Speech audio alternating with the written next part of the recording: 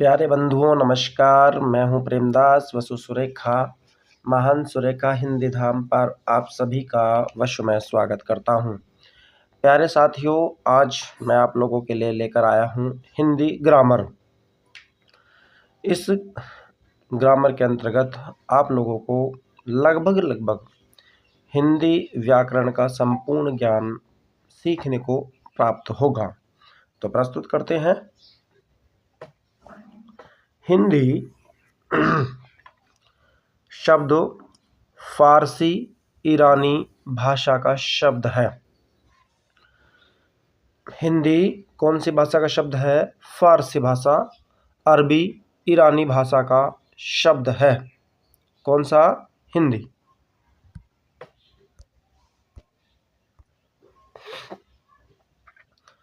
अगर हम हिंदी की उत्पत्ति के बारे में बात करें तो हिंदी की उत्पत्ति कौन सी भाषा से हुई है? फारसी भाषा से हुई है। हमारा भारत देश, जहाँ पर पहले मुख्य रूप से संस्कृत भाषा बोली जाती थी।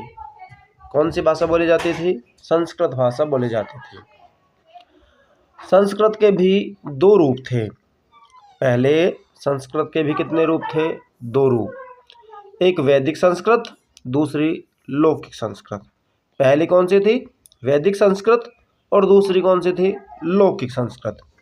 अगर हम वैदिक संस्कृत के समय की बात करें तो इसका समय 1500 ईसा पूर्व से 1000 ईसा पूर्व तक इसका समय माना जाता है। प्राचीन काल में हमारी मूल भाषा संस्कृत, और संस्कृत को भी दो भागों में बांटा गया।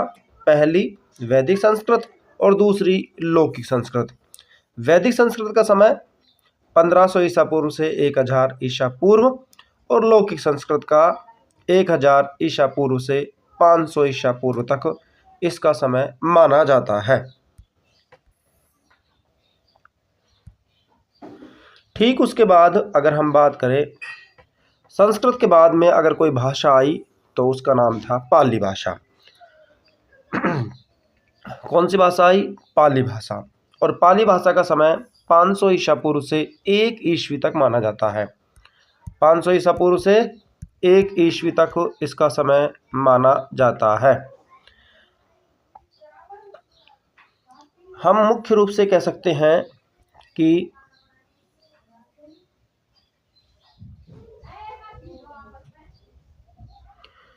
पाली जो भाषा है, कौन सी भाषा? पाली। पाली भाषा में मुख्य रूप से बौद्ध ग्रंथों को लिखा गया है। कौन से ग्रंथों को? बौद्ध ग्रंथों को। ठीक उसके बाद में आती है प्राकृत। ठीक उसके बाद में कौन सी भाषा आती है? प्राकृत भाषा। और प्राकृत भाषा जैन ग्रंथों की मुख्य रूप से भाषा मानी जाती है। और प्राकृत भाषा का समय 1 ईस्वी से 500 ईस्वी तक माना जाता है। ठीक उसके बाद में आती है अपभ्रंश भाषा। अपभ्रंश अर्थात बिगड़ा हुआ रूप। अपभ्रंश अर्थात बिगड़ा हुआ रूप। अपभ्रंश भाषा का समय 500 ईस्वी से 1000 ईस्वी तक माना जाता है। 500 ईस्वी से 1000 ईस्वी तक इसका समय माना जाता है। ठीक उसके बाद में अपभ्रंश जो भाषा है उसी से एक नई उपभाषा विकसित हुई जिसका नाम था शौरसेनी अपभ्रंश। जिसका नाम क्या था? शौरसेनी अपभ्रंश। और शौरसेनी अपभ्रंश से ही हमारी जो भाषा है हिंदी, उसका उद्भव होता है, उसका विकास होता है। और हिंदी का समय 1000 ईस्वी से वर्तमान समय तक माना जाता है। हिंदी का समय 1000 से अब तक माना जाता है।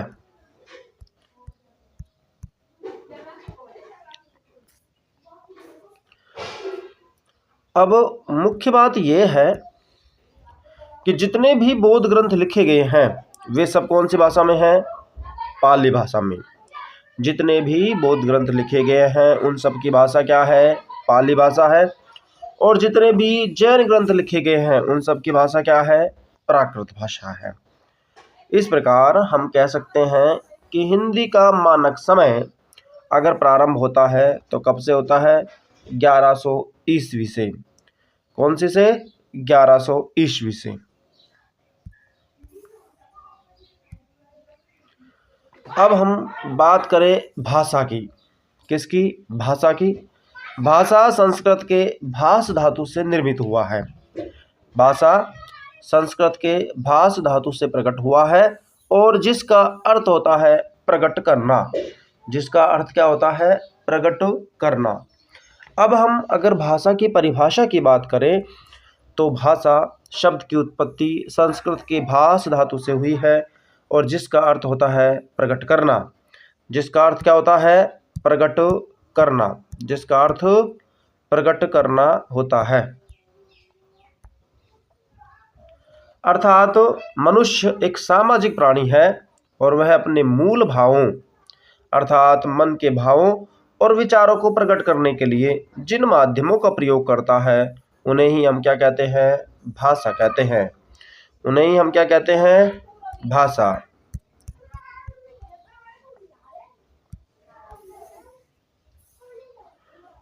अब अगली बात करते हैं भाषा के माध्यम की। भाषा के माध्यमों की अगर बात करें तो भाषा के माध्यम कितने होते हैं? 3 होते हैं। पहली भाषा बोलना, दूसरी लिखना और उसके बाद सांकेतिक माध्यम से। अर्थात तो जब कोई बालक कोई भाषा को सीखेगा तो सबसे पहले वह उस भाषा को बोलेगा। पहले क्या करेगा? उस भाषा को बोलेगा, उसके बाद में उसको लिखेगा। लिखने के बाद जो संकेत होंगे उनको या उनके माध्यम से वो समझने का प्रयास करेगा। इस प्रकार हम कह सकते हैं कि भाषा के कितने रूप होते हैं? 3। भाषा के रूप कितने हैं? 3। पहला बोलना, दूसरा लिखना और तीसरा सांकेतिक भाषा अर्थात संकेतों के माध्यम से समझना। बोलना सरल होता है। बोलना क्या होता है? सरल। लेकिन लिखना सरल और कठिन दोनों होता है। लेकिन संकेतों के माध्यम से समझना ये हर किसी के बस की बात नहीं होती है। अर्थात संकेतों को समझना बहुत ही कठिन होता है। अब हम बात करते हैं हिंदी भाषा दिवस की। तो हिंदी भाषा दिवस 14 सितंबर को मनाया जाता है। हिंदी भाषा दिवस कब से मनाया जाता है? 14 सितंबर को मनाया जाता है। इसके बाद बात करते हैं राजस्थानी भाषा दिवस। और राजस्थानी भाषा दिवस मनाया जाता है 21 फरवरी को। राजस्थानी भाषा दिवस कब मनाया जाता है? 21 फरवरी को। संविधान के भाग 17 संविधान के भाग 17 अनुच्छेद 343 से 351 में अनुच्छेद 343 से 351 में हिंदी के राजभाषा होने के संकेत मिलते हैं या संबंधित विवरण दिया गया है। विश्व में सबसे ज़्यादा बोली जाने वाली भाषा अगर कोई है तो वो है हिंदी। विश्व में सबसे ज़्यादा बोली जाने वाली अगर कोई भाषा है तो वो क्या है? हिंदी। लेकिन अगर वर्तमान संदर्भ में बात की जाए तो हिंदी तीसरे नंबर पर सबसे ज़्यादा बोली जाने वाली भाषा है। पहले नंबर पर जो बोली जाती है वो है चीनी मंदारिन। पहले नंबर पर चीनी मंदारिन, दूसरे नंबर पर अंग्रेजी और तीसरे नंबर पर हिंदी। लेकिन एक बात याद रखो कि भारत में सबसे ज़्यादा बोली जाने वाली अगर कोई भाषा है तो वो है हिंदी। तो भारत में सबसे ज़्यादा बोली जाने वाली भाषा हिंदी और विश्व में बोले जाने वाली भाषा चीनी मंदारिन।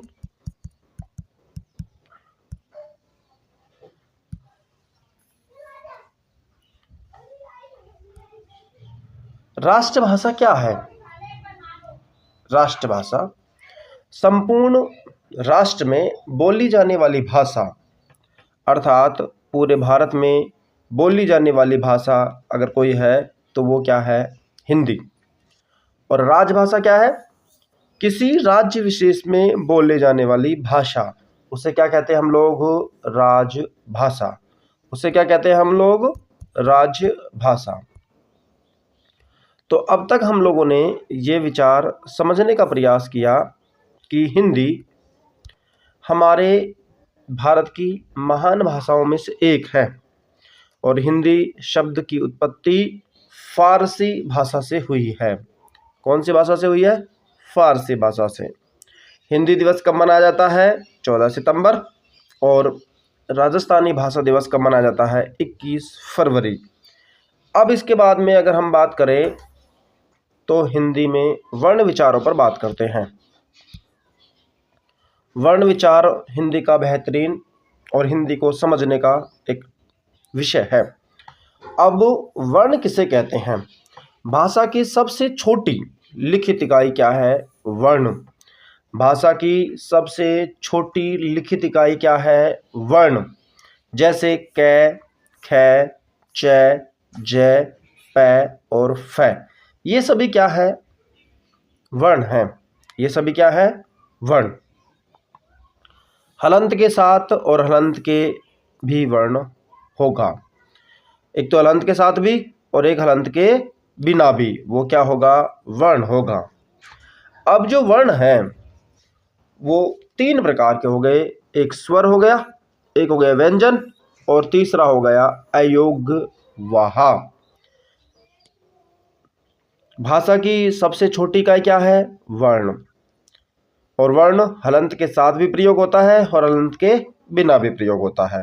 वर्ण मुख्य रूप से 3 प्रकार के होते हैं, स्वर, व्यंजन और अयोगवाहा। इसके बाद में बात करते हैं हम ध्वनि की। ध्वनि मौखिक रूप से भाषा की सबसे छोटी इकाई क्या है? ध्वनि। मौखिक रूप से भाषा की सबसे छोटी इकाई क्या है? ध्वनि। और लिखित रूप से भाषा की सबसे छोटी इकाई क्या है? वर्ण। क्या है? वर्ण।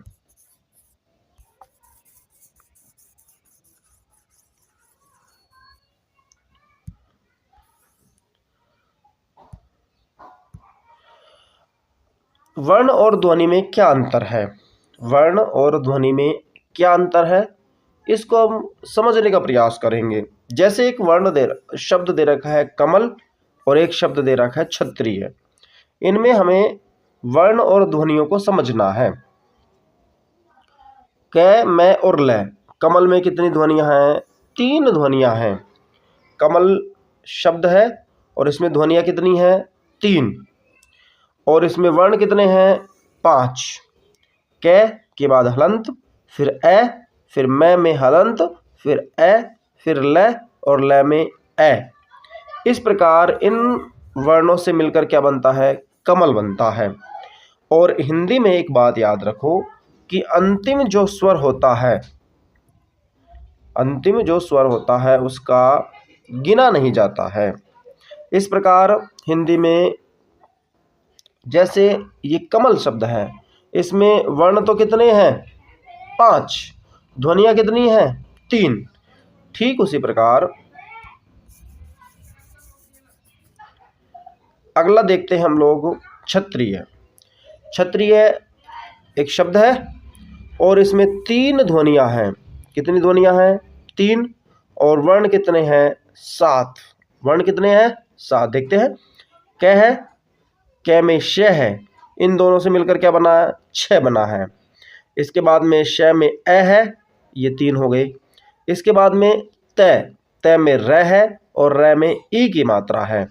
इसके बाद में यह है और यह में ए है। इस प्रकार 1 2 3 4 5 6 7 और अंतिम जो ए है उसको काउंट नहीं किया जाता है, अर्थात उन्हें गिना नहीं जाता है। इस प्रकार क्षत्रिय शब्द में कितने वर्ण हैं? 7। कमल शब्द में कितने वर्ण हैं? 5। कमल शब्द में कितनी ध्वनियां हैं? 3। क्षत्रिय शब्द में कितनी ध्वनियां हैं? 3। इस प्रकार हमें यह समझने की आवश्यकता होती है ध्वनियों में और वर्ण में क्या अंतर है, ये हमने यहाँ पर जानने का प्रयास किया। ठीक उसके बाद में विशेष बात, यदि किसी शब्द के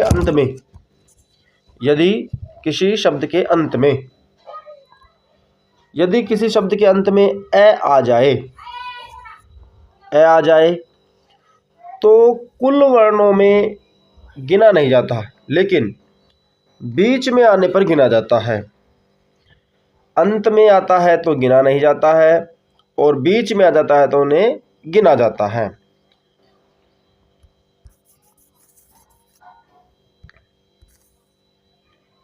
अगला देखते हैं अक्षर। अक्षर किसे कहते हैं? अक्षर अक्षर किसे कहते हैं? अब देखते हैं अक्षर। ए धन क्षर, अर्थात जिसका नाश नहीं होता है वो क्या है? अक्षर है। मुख के द्वारा उच्चारित वह ध्वनि जिसका नाश नहीं हो, अर्थात हवा के एक ही प्रभाव में, एक ही झटके में उच्चारित होने वाली ध्वनियाँ अक्षर कहलाती है।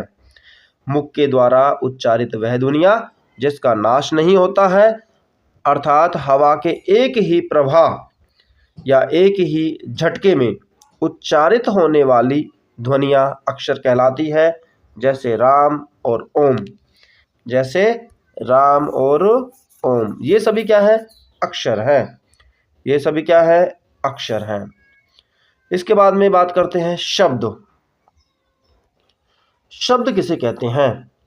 वर्णों का सार्थक समूह शब्द कहलाता है। अर्थात जब वर्णों से मिलकर शब्द बनता है तो उसका निश्चित रूप से अर्थ होना चाहिए, तो वो क्या बनेगा? शब्द बनेगा। जैसे कै, मैं और लै, ये है कमल। कमल एक पौधे का नाम है जो जल में अंकुरित होता है।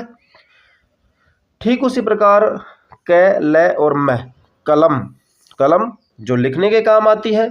लेकिन अगर हम इसे बोले लै, मैं और कै, तो इसका कोई अर्थ नहीं होता है, तो ये क्या? शब्द नहीं होगा। जिसका सार्थक शब्द समूह हो और उसका कुछ अर्थ हो तो वो क्या कहलाता है? शब्द कहलाता है। वो क्या कहलाता है? शब्द कहलाता है।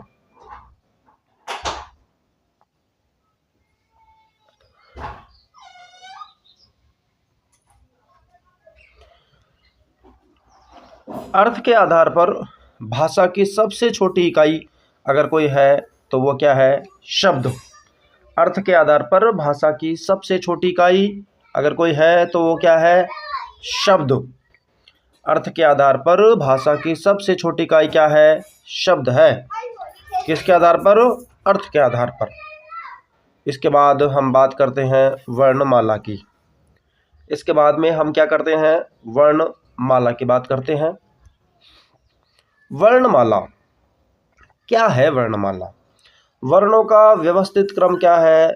वर्णमाला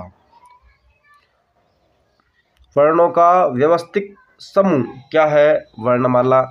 और वर्णों का व्यवस्थित समूह ही क्या कहलाता है? शब्द कहलाता है।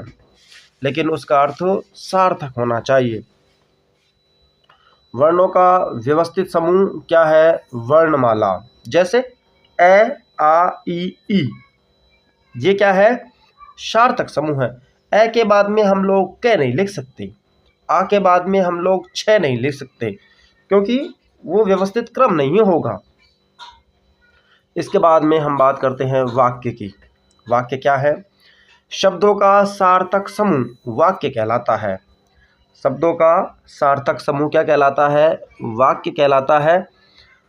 अर्थात जब दो या दो से अधिक शब्द मिलते हैं, अर्थात जब दो या दो से अधिक शब्द मिलते हैं और पूरे अर्थ का बोध कराते हैं, पूरे अर्थ का बोध कराते हैं तो क्या कहलाते हैं? वाक्य कहलाते हैं। वाक्य शब्दों का सार्थक समूह, अर्थात दो या दो से अधिक शब्द मिलते हैं और पूरे अर्थ का बोध कराते हैं, वाक्य कहलाते हैं। जैसे कृष्ण बांसुरी बजाता है, राधा गाना गाती है।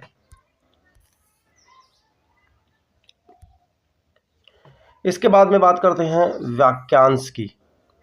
जब दो या दो से अधिक शब्द मिलते हैं तो पूरे अर्थ का बोध नहीं करा पाते।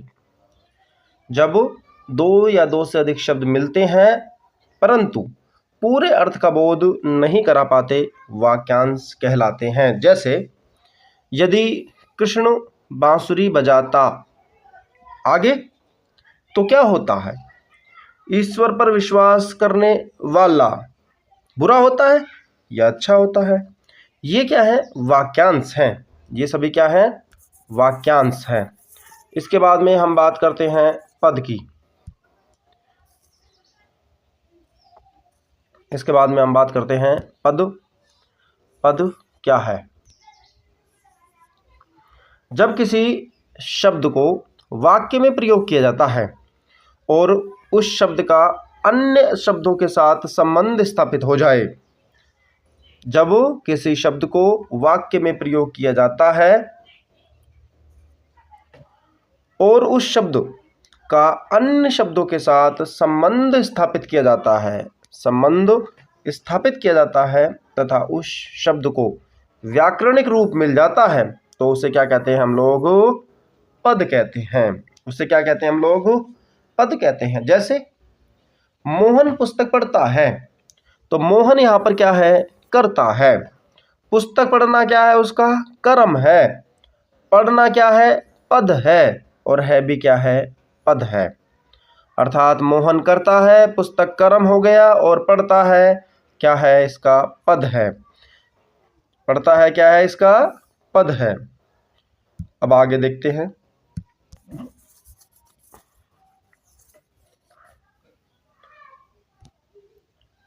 जब किसी शब्द को अकेला प्रयोग किया जाता है, जब किसी शब्द को अकेला प्रयोग किया जाता है तो वह शब्द होता है। लेकिन जब किसी शब्द को वाक्य में प्रयोग किया जाता है तो उसे क्या कहते हैं हम लोग? पद कहते हैं। जब किसी शब्द का वाक्य में प्रयोग किया जाता है तो उसे हम क्या कहते हैं? पद कहते हैं। तो उसे हम क्या कहते हैं? पद कहते हैं।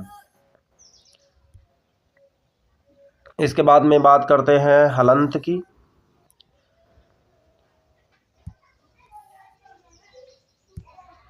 हलंत की। प्रत्येक व्यंजन वर्ण स्वर के सहयोग से बोला जाता है। प्रत्येक व्यंजन वर्ण स्वर के सहयोग से बोला जाता है तब जब व्यंजन में स्वर को अलग कर दिया जाता है। जब व्यंजन को स्वर से अलग कर दिया जाता है तो वह व्यंजन क्या हो जाता है? अधूरा। तो वह व्यंजन क्या हो जाता है? अधूरा हो जाता है। और इसी अधूरेपन को दर्शाने के लिए व्यंजन के नीचे एक तिरछी रेखा, व्यंजन के नीचे एक तिरछी रेखा खींच दी जाती है। उसे ही हम लोग क्या कहते हैं? हलंत कहते हैं। वापस देखो, प्रत्येक व्यंजन वर्ण स्वर के सहयोग से बोला जाता है। जब व्यंजन में स्वर को अलग कर दिया जाता है तो वह व्यंजन अधूरा हो जाता है। इस अधूरेपन को दर्शाने के लिए व्यंजन के नीचे एक तिरछी रेखा खींची जाती है, उसे ही हम लोग हलंत कहते हैं।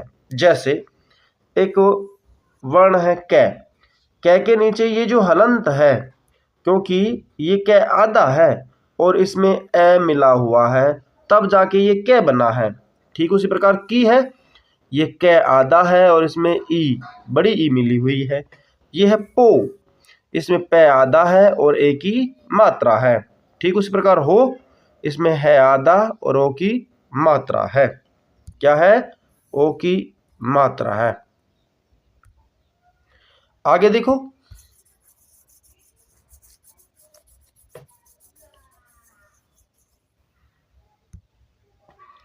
स्वर। अभी हमने बात की हलंत की, अब हम बात करते हैं स्वर की। स्वर क्या है?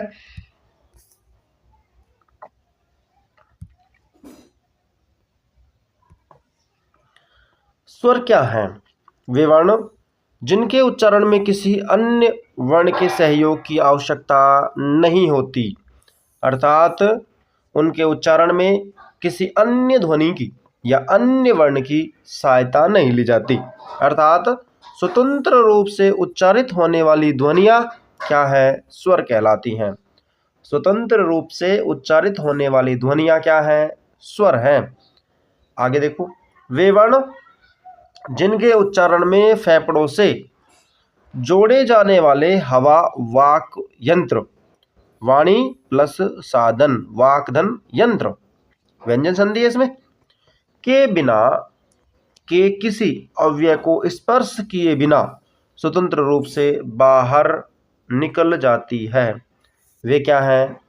स्वर हैं। मुख्य रूप से हम कह सकते हैं कि वे वर्ण जिनके उच्चारण में किसी अन्य वर्ण के सहयोग की आवश्यकता नहीं होती, अर्थात स्वतंत्र रूप से उच्चारित होने वाली ध्वनियां क्या है? स्वर हैं। क्या है? स्वर हैं। आगे हम बात करते हैं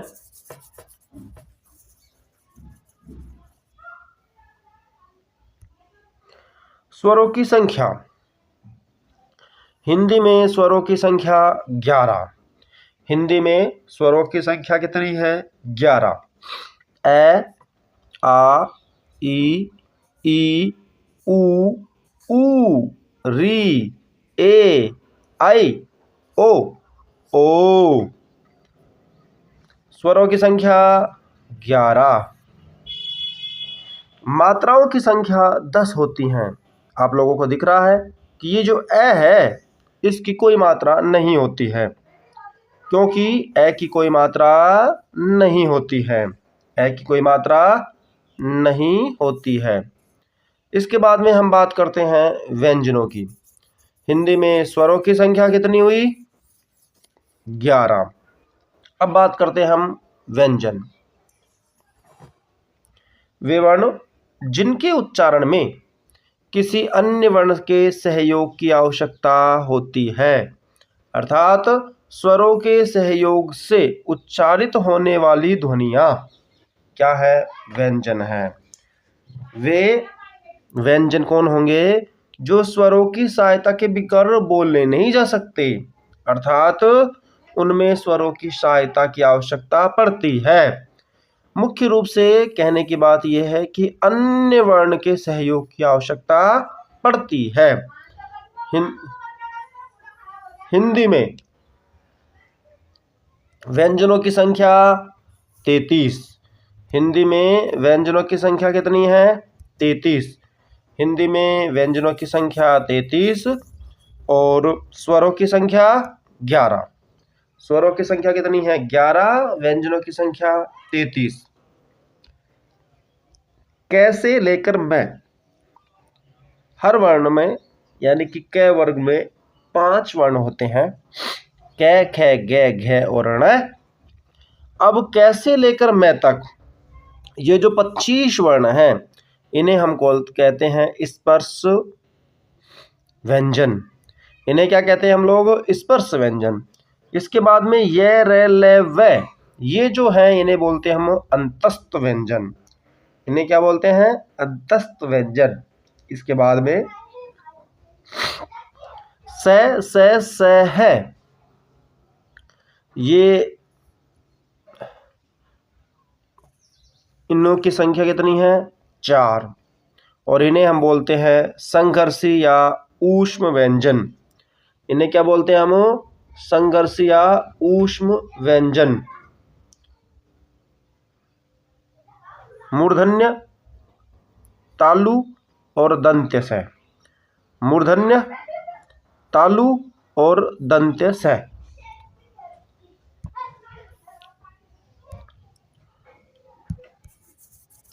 हिंदी में व्यंजनों की संख्या 33, स्पर्श व्यंजन 25, अंतस्थ व्यंजन 4, ऊष्म व्यंजन 4। टोटल कितने हो गए? 33। टोटल कितने? 33। हिंदी वर्णमाला में वर्णों की संख्या कितनी होगी? 44। हिंदी वर्णमाला में वर्णों की संख्या कितनी होगी? 44। लेकिन कुल वर्णों की संख्या अगर पूछी जाए तो कितनी होगी? 52। कुल वर्णों की संख्या 52। लेकिन वर्तमान में कुल वर्णों की संख्या 53 हो गई है। लेकिन वर्तमान में कुल वर्णों की संख्या कितनी हो गई है? 53। और 53वां जो वर्ण है उसको नाम दिया गया है विशिष्ट व्यंजन। उसे क्या नाम दिया है? विशिष्ट व्यंजन, जिन्हें हम बोलते हैं ळ। जिन्हें हम क्या बोलते हैं? ळ। जैसे कि खीड़। ऐसे जो शब्द हैं इन्हें बोलते हैं हम विशिष्ट व्यंजन। तो हिंदी में कुल वर्णों की संख्या वर्तमान समय में कितनी हो गई है? 52 या 53। अब बात करते हैं कुल वर्णों की संख्या कितनी? 52। कुल वर्णों की संख्या 52, स्वरों की संख्या 11, व्यंजनों की संख्या 33, अयोग्यवाह 2, उच्छिप्त 2, संयुक्त व्यंजन 4। कितने हो गए? 52 और 13वां हो गया ल। 13वां कौन सा हो गया? ल, जिसे बोलते हैं हम विशिष्ट व्यंजन। जिसे क्या बोलते हैं हम? विशिष्ट व्यंजन।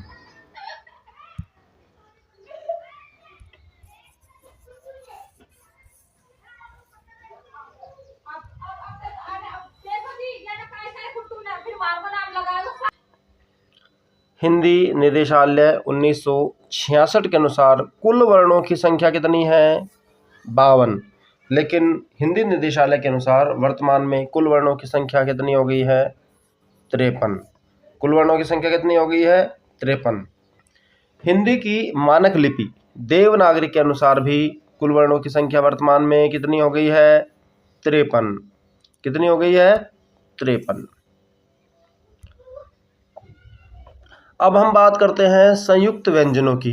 किनकी? संयुक्त व्यंजनों की। कै धन श बराबर 6, तै धन रै बराबर 3, जय धन ण बराबर ग, श धन रै बराबर श्र। श धन रै बराबर श्र। तो कुल वर्ण कितने हो गए? संयुक्त व्यंजन 4। हिंदी वर्णमाला में संयुक्त वर्णों की संख्या कितनी है? 4। लेकिन एक शब्द और है जो आप लोग देखते होंगे, ध। ये द धन ये से बनता है, इसे बोलते हैं ध। अगर प्रश्न में आ जाए कि कुल वर्णों की संख्या, कुल संयुक्त वर्णों की संख्या कितनी है, तो उत्तर कितना होगा? 5। उत्तर कितना होगा? 5। अब हम आगे बात करते हैं इसी संदर्भ में। ध का निर्माण द धन ये से होता है। इसमें ये अर्धस्वर होने के कारण, इसमें यह क्या है? अर्धस्वर होने के कारण संयुक्त व्यंजनों में नहीं गिना जाता है। संयुक्त व्यंजनों में नहीं गिना जाता है क्योंकि यह क्या है? अर्धस्वर है। यह क्या है? अर्धस्वर। इसलिए इसको संयुक्त व्यंजनों में नहीं गिना जाता है। अब बात करते हैं स्वरों के वर्गीकरण की। अब हम बात करते हैं कि स्वरों का वर्गीकरण।